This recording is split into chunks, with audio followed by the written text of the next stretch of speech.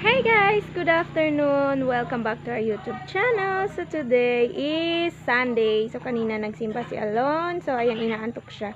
Kinuha siya ni tita niya kasi kanina nagtanim ako ng apple. So nagpatubo ako ng apple sa may tumubo ng dalawa. Medyo nagaano na yung dahon niya. So nilipat ko na sa sa plastic lang muna na maliit kasi maliit pa yung tubo niya. So, hindi ko pa siya pwedeng ilagay sa malaking plastic. Tapos, ayun, nilagay ko dun sa baba.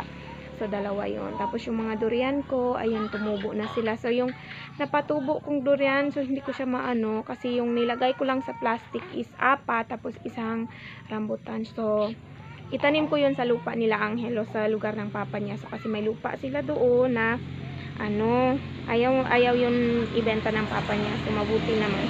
Kasi, inaantok ko.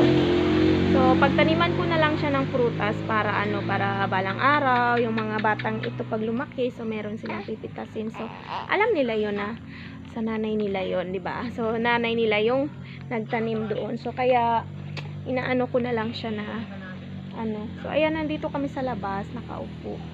So, dito dati nakapwesto yung nila, yung kamari nila para sa kanilang para sa binyag nila noon. So ayun, buti naman. So wala na akong problema ngayon kasi na sila, nakabinyag na lahat. Tapos na yung birthday ni Angelo, so natapos na rin. So sunod na taon, birthday naman ni Alonso. Nandun si kuya.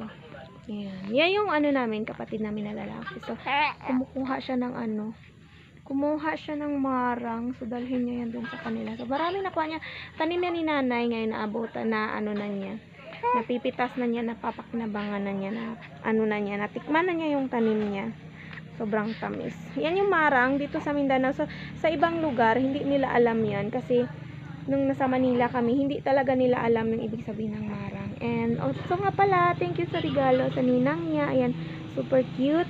So, bigay yan ng ninang. Galing yan sa ninang niya. Yan yung na-receive namin na regalo. Dito kami sa alas 4 na ng hapon. Hindi pa ako nakapagsaing. Dapat magsaing nga ako pagkatapos ko tanim ng apple. Kaya lang, hindi ko na lang nagawa. Kasi si Alonso, gising na siya. So, hindi na naman ako. Ayan, pero inaantok siya. Natatakpan yung mata. Ayan. Hi! Ayan. Instead na magtanim si mama, instead na magsaing tayo ng pagkain natin, so hindi na lang. Ngayon si Kiki nandun siya, so pauwi na ata sila. Ayan, maliwanag doon kasi nandun na yung araw, so palubog na siya, kaya hindi ko wait lang anak. Ayan, so nandito kami sa labas, sa harap. Ayun si Kikin, pinsan ni Alonso, si Arkin. Nandito kami sa labas. So babay na si Papang Lol. Uwi na sila. Mula ka man lang? Uwi na Papang Lol niya. Yun naman. So yung rashes na nung binyag, sobrang maraming rashes niya. Tapos nung natapos na yung binyag nila, nawala naman yung rashes niya.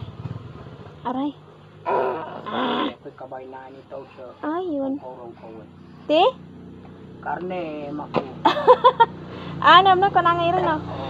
Ayan, so tapos na magdede ang bata na yan. Ang tabat-ching-ching, kaya tabat-ching-ching.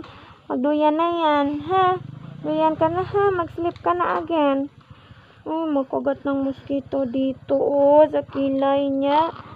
May kagat yung mosquito. Wawa naman ang bebe na yan. Nakikinagat ng mosquito. Kinagat ng mosquito yan. Sige na, ayusin natin yung mo, be. Agoy! Hala! Ang na. Galit na ikaw. Galit na ikaw.